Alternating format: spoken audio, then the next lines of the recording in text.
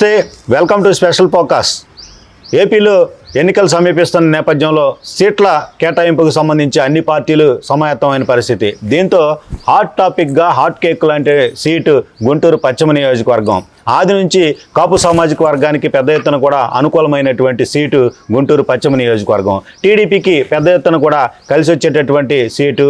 ఏదైతే ఇక్కడ ఉన్నటువంటి ఆ పార్టీ శ్రేణులు కావచ్చు, ఏదైతే రాజధానికి అతి సమీపంలో ఉన్నటువంటి సిటీ హెడ్ క్వార్టర్ కావచ్చు, ఈ సీటు పైన చంద్రబాబు కూడా టీడీపీకి సంబంధించి ఫోకస్ చేస్తున్నట్టు తెలుస్తుంది. లోకేష్ అయితే యూత్కి అవకాశం ఇవ్వాలనేటటువంటి ఆలోచనలో ఉన్నట్టు కూడా తెలుస్తుంది. దీనికి సంబంధించి చూస్తే ఇక్కడ ఈ సీటుకు సంబంధించి ఎంత ప్రాధాన్యత ఉందంటే, మంత్రి స్థాయిలో ఉన్నటువంటి విడుదల రజనీని నేరుగా వైసీపీ ఇక్కడ దించినటువంటి పరిస్థితి. దీంతో మంత్రి కేడర్లో ఉన్నటువంటి బలమైనటువంటి వాయిస్ ఉన్నటువంటి మహిళను ఎదుర్కోవాలంటే మరో మంచి వాయిస్ ఉన్నటువంటి, ప్రజలతో సత్సంబంధాలు ఉన్నటువంటి, వాయిస్ ఉన్నటువంటి, గట్స్ ఉన్నటువంటి లేడీ క్యాండిడేట్ని ఇక్కడ నిలపాలనేటటువంటి ఆలోచనలో టీడీపీ ఉన్నట్టు తెలుస్తుంది. అయితే టీడీపీ నుంచా జనసేన నుంచా దీనికి సంబంధించి చూస్తే, ఎవరైతే సీనియర్ అడ్వకేట్గా ఉండి, ఎవరైతే ప్రజాపక్షాన ఉంటూ సమస్యలను పెద్ద ఎత్తున ప్రభుత్వంకు సంబంధించినటువంటి ఎలాంటి సమస్య ప్రజలు ఎదుర్కొంటున్నప్పటికీ కూడా ప్రజల్లో ఉంటూ ప్రజల పక్షాన పోరాడుతున్నటువంటి సామాజిక ఉద్యమకారిణిగా పడినటువంటి సీనియర్ అడ్వకేట్, జనసేన అధికార ప్రతినిధి రజనీ గారికి సంబంధించి పేరు కూడా వినిపిస్తున్నటువంటి పరిస్థితి. ప్రస్తుతం వైసీపీలో విడుదల రజనీ ఉండగా, టీడీపీకి సంబంధించి చూస్తే జనసేనకి ఆ సీట్ ఇస్తే కనుక డెఫినెట్గా కన్నా రజనీ ఎవరైతే జనసేన అధికార ప్రతినిధికి ఇచ్చే అవకాశం ఉంటుందనేటటువంటిది ప్రజల్లో చర్చ జరుగుతుంది. కన్నా రజనీ అయితే ఆమె వాయిస్ కావచ్చు, ఏదైతే ఆమె యొక్క గట్స్ కావచ్చు, అసెంబ్లీలో ఏదైతే ప్రొటెక్ట్ చేసుకునేటటువంటి పరిస్థితి కావచ్చు, ప్రతిపక్షాలను ఎదుర్కొనే పరిస్థితి కావచ్చు, ఒకవేళ అధికారంలోకి టీడీపీ జనసేన వస్తే డెఫినెట్గా అలాంటి వాయిస్ గుంటూరు పశ్చిమ నియోజకవర్గం నుంచి రావాల్సినటువంటి అవసరం ఉందనేది ప్రజలలో చర్చ జరుగుతున్న పరిస్థితుల్లో మనతో ఉన్నారు కన్నా రజనీ గారు, సీనియర్ హైకోర్టు అడ్వకేట్, అలాగే జనసేన స్టేట్ అధికార ప్రతినిధిగా ఉన్నారు. ప్రస్తుతం సామాజిక ఉద్యమకారిణిగా ఎక్కడ సమస్య ఉన్నప్పటికీ కూడా ప్రజల పక్షాన వినిపించేటటువంటి వాయిస్ ఆమెది. ఆమెతో మాట్లాడదాం. మేడం నమస్తే. మేడం, సీట్ల పంపకాలకు సంబంధించి ప్రస్తుతం కసరత్తు జరుగుతుంది, వైసీపీలో జరుగుతుంది, అలాగే టీడీపీ జనసేనకు సంబంధించినటువంటి పొత్తు అంశాల్లో కూడా జరుగుతుంది. మీ పేరు ప్రజల్లో చర్చకు వచ్చింది. ఎక్కడన్నా వినిపించినప్పుడు మీడియాకు సంబంధించి మేము కూడా ఇన్వాల్వ్ అయినటువంటి పరిస్థితుల్లో, ప్రజాభిప్రాయాల్లో మీకేంటి ఇప్పటివరకు ఏదైనా సంకేతాలు వచ్చాయా? అసలు మీ అభిప్రాయం ఏంటి? గుంటూరు పశ్చిమానికి సంబంధించి మీరు అభ్యర్థిగా ఉన్నారనేటటువంటిది ప్రస్తుతం చర్చ. ముఖ్యంగా జనసేన రాష్ట్ర అధికార ప్రతినిధి కాకముందు ఒక హైకోర్టు లాయర్, ప్రాణాలకు తెగించి పనిచేసినటువంటి దిశ ఎన్కౌంటర్ కేసులో ఒక కీలకమైన అడ్వకేట్, అమరావతి ఉద్యమంలో రాజధాని రైతుల పక్షాన నిర్విరామంగా పోరాడినటువంటి ఒక ఉద్యమకారిణి, దళిత మహిళ ఏదైతే కొండోపిలో ట్రాక్టర్తో తొక్కబడిందో అటువంటి కేసులు, దళిత ఉద్యమాలలో అన్నిట్లో అంటే అక్కడక్కడ మాకు సంబంధించినటువంటి కేసులకు సంబంధించి కీలకంగా గవర్నమెంట్ హాస్పిటల్లో, జీజెచ్ లాంటి గవర్నమెంట్ హాస్పిటల్లో అన్యాక్రాంతంగా కొంతమంది విభాగాలని ఉన్నపళంగా సస్పెండ్ చేయడం, కొంతమందికి 10 నెలలు పైచులకు జీతాలు ఇవ్వకపోవడం, వీటన్నిటినీ కోర్టు దృష్టికి తీసుకెళ్ళి ఉద్యమంగా మీడియా ద్వారా ఫోకస్ చేసి ఒక పెద్ద ర్యాలీలు చేసినటువంటి అడ్వకేటు. నాకుండే పేరు జనాల్లో ఎప్పుడూ ఉంటుందండి. అది మీరంటూ గుంటూరులో అంటున్నారు, కానీ 2 తెలుగు రాష్ట్రాల్లో కూడా లాయర్ రజనీ అంటే రోడ్డును పోతా కూడా గుర్తించే అవకాశం భగవంతుడు మాకు ఇచ్చినటువంటి దయ అనుకుంటాం. ఎందుకంటే డబ్బిస్తే ఇంకేమైనా పదవులు వస్తాయేమో కానీ మంచి పేరు రాదండి. డబ్బున్న ప్రతి ఓడు చెక్కు మీద సంతకం పెడతాడు, కానీ నిజంగా ఒక అభ్యుదయ భావాలు ఉన్నాడు, ఆదర్శప్రాయుడు మాత్రమే ఆటోగ్రాఫ్ ఇవ్వగలుగుతాడు అనే ఒక సిద్ధాంతాన్ని నమ్మినటువంటి వ్యక్తిని పదవులకి ఆశించి ఎప్పుడు పనిచేయనండి. ఎందుకంటే జనసేనలో కూడా నేను పార్టీలో రావడానికి కూడా నాగబాబు అన్న మాట్లాడి, కళ్యాణ్ బాబు గారు ఎదురుగా కూర్చొని 40 నిమిషాలు నాతో విశ్లేషించి వెంటనే పార్టీలో రాష్ట్ర అధికార ప్రతినిధి పోస్ట్ ఇవ్వడానికి ఒక్క సెకండ్ కూడా ఆలోచించకుండా నాకు అన్న ఇచ్చారు. దాన్ని కాపాడుకోవడం చాలా కష్టతరం అవుతుందండి. ఎందుకంటే నా సొంత అభిప్రాయాన్ని నేను అన్ని చోట్ల చెప్పలేను. పార్టీ అనే ఒక స్టాండ్ ఉంది, నా ఓన్ మాట చెప్పాలా, పార్టీ ఎజెండా చెప్పాలా అనేది కూడా అర్థం కాని పరిస్థితి. రాజకీయం అంటే మీరు చెప్తే అది ఇంకా ఒక పెద్ద రొచ్చు, అందరూ రొచ్చు అనుకొని వెళ్ళిపోతే మరి దాన్ని క్లీన్ చేసి కడిగేది ఎవరు అంటున్నటువంటి రాష్ట్ర ప్రజలు.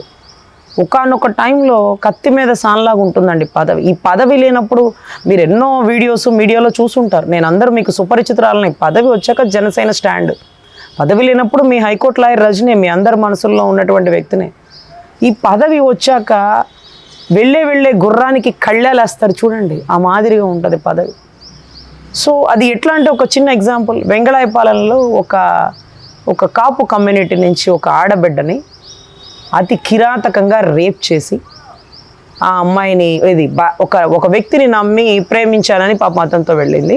అతను ఒక 6 వ్యక్తులను తీసుకొని వచ్చి రేప్ చేసేసి ఒక 10-15 రోజులు ఇంకో చోట పెట్టి మన పేరేచర్లో పెట్టి ఆ అమ్మాయిని అంత కిరాతకంగా చేసి ఆ అమ్మాయిని వదిలేశాడు. వదిలేసిన ఆ పిల్ల ప్రాణాలతో బయటకు వచ్చి వాళ్ళే వదిలేశారు, ప్రాణాలతో బయటకు వచ్చి జీజీహెచ్లో ఒక 15-20 రోజులు హెవీ బ్లీడింగ్తో ట్రీట్మెంట్ తీసుకుంటూ ప్రెగ్నెంట్ ఆవిడ ఒక గౌరవ డిఎస్పి గారిని కాళ్ళు పట్టుకొని తల్లి చెల్లి ఆ బాధితురాలు అందరూ నాకు న్యాయం చేయండి మేడం, అతను నేను ప్రేమించి వెళ్ళాను, ఇప్పుడు నేను ప్రెగ్నెంట్ని, చుట్టుపక్కల అందరు రేప్ చేశారు, వాళ్ళకి శిక్ష పడాలి అంటూ కాళ్ళు పట్టుకున్న డిఎస్పిని ఈవిడ కడుపుతోంది, గౌరవ డిఎస్పి గారు కూడా కడుపుతూ ఉన్నారు పాపం. కాళ్లతో నెట్టేసిన పర్వం అండి, డిఎస్పి స్థాయిలో ఉన్న వ్యక్తి కాళ్లతో నెట్టేసిన పర్వం. నువ్వు బతికుండగా వాడిని అరెస్ట్ చేయించలేవు, నువ్వేవి చేయలేవు. కడుపుతో ఉన్నావా, ఇవిడు తండ్రి 1, 3, 6, ఈ 6 ఎవడని చెప్తావు, పొట్టని డిఎన్ఏ టెస్ట్ చేశాక చెప్తాం, ఇది నీ చెల్లి ఎక్కువ చేస్తుంది, ఇది కూడా అదే బాపతే, ఏంది ఎక్కువ తక్కువ మాట్లాడు, మీరు బ్రోకల్ కుటుంబాన్ని బయటికి నిరూపిస్తాను అన్నటువంటి పరిస్థితి. ఇక్కడ ఏ కులమైనా నేను పనిచేస్తాను, దళిత కులమైనా కమ్మ కులమైనా, కులాలతో పని లేదండి. రంగ గారి ఆదర్శాలు నింపుకున్న వ్యక్తిగా ఏ ఒక్కరికైనా పనిచేస్తాను. అటువంటిది ఆ బిడ్డకి పడ్డ కష్టం నాకు తెలియదండి. నేను నా కోర్టు హడావుల్లో బిజీగా ఉన్నాను. ఆ బిడ్డ ఏం చేసిందంటే, నువ్వు బతికుండగా అరెస్ట్ చేయించలేవంటే నేను అరెస్ట్ చేయిస్తానని ఒక లెటర్ రాసి వాళ్ళ ఇంట్లోనే సూసైడ్ చేసుకొని చనిపోయి, దాని తర్వాత జీజీహెచ్లో ఆ డెడ్ బాడీని పెట్టారు. టీడీపీ శ్రేణులు వచ్చారు, జనసేన శ్రేణులు వచ్చారు, ధర్నాలు తీశారు. తర్వాత డెడ్ బాడీ తీసుకెళ్ళిపోయారు. 10 నెలలు అయిందండి. ఏ పార్టీ కూడా ఆ బిడ్డని అరెస్ట్ చేయించడంలో పాత్ర తీసుకోలేదండి, ఏ పార్టీ కూడా. తర్వాత ఇప్పుడు 10 నెలల తర్వాత మేడం గారు కరెక్ట్గా కేసు తీసుకుంటారు, మీకు ఏ ఇబ్బంది లేదు, అవతలుడు ఎంత పెద్ద తోపు తురుమైనా ఎత్తి పక్కనేస్తుంది అని 10 నెలల తర్వాత మన ఇంటికి వచ్చారు. వచ్చింది మొదలు కాళ్ళు పట్టుకొని భయంకరంగా ఏడుస్తున్నారు. ఏంటమ్మా అంటే ఒక అరగంట ఏడ్చి ఇది వాళ్ళ బాధ అని చెప్పారండి. తర్వాత వాడు ఎంతలా పోటుగాడైనా ఎత్తి అవతలేపిస్తే ఒక ఆడబిడ్డ చావుకు కారణమయ్యాడని ఆ బిడ్డ రాసిన లెటర్ చూశానండి. దాని తర్వాత ఆ అమ్మాయి బతికుండగా పోలీసు వాళ్ళతో వాళ్ళ అమ్మగారు వాళ్ళు మిస్సింగ్ కేసు కంప్లైంట్ పెట్టారు, 15 రోజులు కనపడలేదని. దొరికిన తర్వాత జేజీహెచ్ హాస్పిటల్ అడ్మిట్ అవ్వక ముందు ఆ బిడ్డ జడ్జి గారి ముందు కూర్చున్నప్పుడు జడ్జి గారికి ఒక మ్యాటర్ చెప్పిందండి. నేను ఒక వ్యక్తిని నమ్మి వెళ్ళాను, ప్రేమించానంటే ఆ వ్యక్తి ఇలా ఇంతమందిని తీసుకొచ్చి నన్ను ఇలా చేశాడు అలా చేశాడు మొత్తం చెప్తే ఒక్క మిస్సింగ్ కంప్లైంట్కి 15 సెక్షన్స్ కలిపి పెట్టిందండి జడ్జి గారు. అంతలా కిరాతకులు వాళ్ళు. ఆ సెక్షన్లో ఏ ఒక్క సెక్షన్లో కూడా అవతలోడు తప్పించుకుపోలేడు. అటువంటి పరిస్థితుల్లో ఆ అమ్మాయి బతికుండగా జడ్జి గారికి ఇచ్చిన స్టేట్మెంట్ ఫైనల్. ఎందుకంటే ఆ అమ్మాయి స్టేట్మెంట్ ఇచ్చిన చనిపోయింది, అదే డైయింగ్ డిక్లరేషన్ కింద వ్యవస్థీకరిస్తుంది. సో అటువంటి పరిస్థితుల్లో ఆ కేసు మన దగ్గరకు వచ్చినప్పుడు అవతల వైపు నుంచి వైసీపీ వాడు ఉన్నాడంటండి, ఊడికి ఎక్కువ. అక్కడ తెలంగాణలో కేసీఆర్, కేటీఆర్, సజ్జనార్ గారిని పక్కన పెట్టిందని, ఇక్కడ నాకు గవర్నమెంట్ అంటే నాకు తెలుసు కదా, తృణప్రాయంగా పక్కన పడేస్తా. ఫోన్ చేశారు ఒకళ్ళు పైల్వాన్లు, ఫోన్ చేసి మేము ఎవరో తెలుసా, నువ్వు ఆ కేసులో ఎందుకు ఇన్వాల్వ్ అవుతున్నావు, వాళ్ళు 6 బిడ్డల జీవితాలు పోతుంది, ఏదో జరిగిపోయిందిలే అంటే. ఏదో జరిగిందా? బిడ్డ ప్రాణాలతో ఉండి పోరాడి పోలీస్ స్టేషన్లో న్యాయం దొరక్క, నీ బులుగు దిశ పోలీస్ స్టేషన్లో న్యాయం దొరక్క, నీ పనికిమాల దిశ యాప్లో న్యాయం దొరక్క, చచ్చిపోయినా వాళ్ళని అరెస్ట్ చేయించాలన్నా కూడా చచ్చాక కూడా న్యాయం దొరక్కపోతే ఇంకా కూడా మీరు మనుషులేనా అని చెప్పి నేను, అమ్మా మీరు నేనెవరో అని అడుగుతున్నారు, నేనెవరో తెలుసా అని అడుగుతున్నారు. ఫస్ట్ నేనెవరో తెలుసుకోండి. మీరు ఫోన్ చేస్తే నేను పని చేస్తానో లేదో చుట్టుపక్కల వాళ్ళని అడిగి తెలుసుకోండి. నీ చేతనైంది చేసుకో, 6 లోపలేసి అన్న. మేడం, అంటే ప్రస్తుతం మనం ఆలోచిస్తే బలమైనటువంటి ఆర్థిక పరిపుష్టి కలిగినటువంటి, అలాగే 2 కులాలకు సంబంధించినటువంటి వివాహం సంబంధించినటువంటి బంధం రజనీ గారికి సంబంధించి, విడుదల రజనీ గారికి ఉన్న పరిస్థితి, మినిస్టర్గా ఉన్నటువంటి పరిస్థితి, ఆమెను ఢీకొని కన్నా రజనీ గెలిచేటటువంటి పరిస్థితులకు సంబంధించి అవకాశాలు ఏ మేరకు ఉన్నాయంటారు? ముఖ్యంగా గుంటూరు 2 అక్కడ మీరు అన్నారు కాపింట్లో కోడలని, ఇక్కడ కాపింటి ఆడబిడ్డని, రంగా గారి ఆదర్శవాదిని, వాళ్ళ గుంటూరు అమ్మాయిని, కళ్ళ ముందు ఎప్పుడూ కనపడుతూ ఉండే పిల్లని, ఎంతోమంది నా పదవి వచ్చినప్పుడు నన్ను ఇంటికి వచ్చి పరామర్శించి ప్రతి ఒక్కరికి నేను నోటెడ్ అయ్యా, భలే పిల్లవమ్మ, మన కులంలో ఆణిముచ్చానివి తల్లి, చరిత్రలో మిగిలిపోతావమ్మా అన్నటువంటి బ్లెస్సింగ్స్ తీసుకున్న ఆడబిడ్డని. ఖచ్చితంగా ఈరోజు కేవలం విడుదల రజనీకి ధీటుగా కన్నా రజనీ ఎక్కడ నిలబడుతుంది అంటే ధర్మయుద్ధంలో న్యాయబద్ధంగా పోరాడే రజనీ వెనకాల కులబలం ఉంది. నేనుండగా ఒక్క కాపు ఓటు కూడా విడుదల రజనీకి పడనివ్వను. ఎక్కడో చిలకలూరుపేటలో చిలకలూరుపేట రజనమ్మ కంచు కోట దాటి అక్కడ ఎవరికి ఏం చేసిందనేది ఎంక్వైరీ చేసుకుంటే శూన్యం. ఇక్కడ ఏదో సజ్జల బాబాయ్ గారు చెప్పారని వచ్చింది. రేపు ఆలీని కూడా దించుతున్నారంట. ప్రబుద్ధులందరినీ గుంటూరులో దించి గుంటూరు సీటు ఓడించాలన్నటువంటి దృఢమైన సంకల్పంతో ఉన్నాడు గౌరవ జగన్మోహన్ రెడ్డి. ముఖ్యమంత్రి పదవి కోసం కూడా ఆశించట్లేదండి. గుంటూరు 2 అతను అండర్ కంట్రోల్లో ఉండాలని శాసిస్తున్నాడు. అది ఎప్పటికీ తీరని కోరికగా మిగిలిపోతుంది, గుర్తుపెట్టుకోండి. ఖచ్చితంగా ఒక్క కాపు ఓటు కూడా పక్కకు పోకుండా కేవలం పడితే ఆవిడ వర్గంలో ఉండే బీసీ ఓటు, ఇంకా పడితే వాళ్ళ రెడ్ల ఓట్లు ఏమైనా పడతాయి తప్ప అది కూడా ఎక్కడ పక్కకు పోదండి. ఆవిడలో కూడా మద్దాలగిరికి ఆపోజిట్ వర్గం ఉంది, అప్పిరెడ్డి గారి వర్గం ఆపోజిట్ వర్గం ఉంది. అక్కడ కూడా ఎంతవరకు న్యాయం జరిగిద్దో. ఆవిడ గెలిచింది అంటే విడుదల గోపి అండి. ఆ సామాజిక వర్గాన్ని బయటకు తీసుకొచ్చాడు. ఇక్కడ ఎవరున్నారు ఆవిడకి? ఎందుకు ఇచ్చారు సీటు? మా కాపు ఓటు చీల్చుదాం, మా కాపు వాళ్ళు తిక్కలు అనుకున్నావా? మన అమ్మాయి పక్కన ఉంటే ఆవిడకి వేసేదేంద్ర ఓటు? మినిస్టర్ అయితే ఎవరికి ఎక్కువ?